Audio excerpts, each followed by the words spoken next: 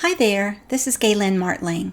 Today I am sharing a project for Unity Stamp Company, and these are daisies. I'm using colored pencils on color cardstock for this technique. And I'm using, the stamping is obviously by Unity Stamp Company, and the kit is called Compassionate Daisies. It's beautiful. It's a beautiful floral vase. I'm using Prismacolor color pencils and blending stumps. I have a pack of them that came in a kit like this, different sizes. I'm also blending with Gamsol fluid. This top part of the pink is what it looks like with the fluid, and the bottom part is without the fluid. So you can use any other blending liquid that's out there. I just have this Gamsol fluid. Just make sure that I use caution when you're using the Gamsol and have a ventilated area. Do not inhale the Gamsol. So I just use a tiny bit, though, very tiny bit, into a little cap there with the blending stump, and it blends out just beautifully. Especially for stamping, you use very, very little. And so now I started adding some color pencils, and then I went over that sentiment a little bit. So I used some pens. They are Staedtler pigment liner pens that I used to correct that sentiment, just so that it would stay nice and black. If you go over somehow, you go over with the pencils, you go over the sentiment or something dark, you can fix it with those pens. And then this kit for the blending stumps comes with a sander. So in between colors, you go ahead and you sand off that color from the blending stump, and you just keep going.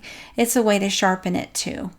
And so I started with the daisy flowers by adding the yellow on the inner part of those petals, and then white on the outer part of the petals. And then you'll see sometimes I go back and add more yellow and then more white. It's just, I get the look that I want. Here I go. I'm just blending out that yellow with the Gamsol fluid, and it does become a little bit more vibrant. I love that. So it just takes a tiny bit to make it look vibrant.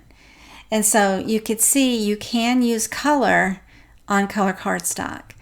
A lot of times I love to just use white and gray on top of color cardstock or craft or black cardstock, but you can do the same with the pencils and still get color over the blue or your color cardstock of choice. And I love it. So I'm going to go in and finish filling in all of the petals and even over some of that dark stamping. So this was pre-stamped with black, sort of an archival ink.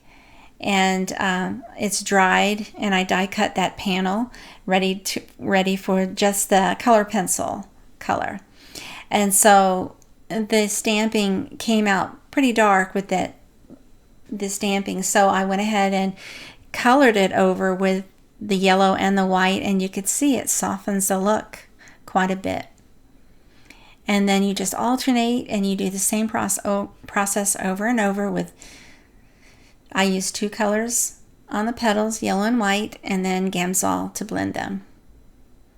There's a little area at the bottom. I did cut off some of it, but I added some gray at the bottom there just to give it some shading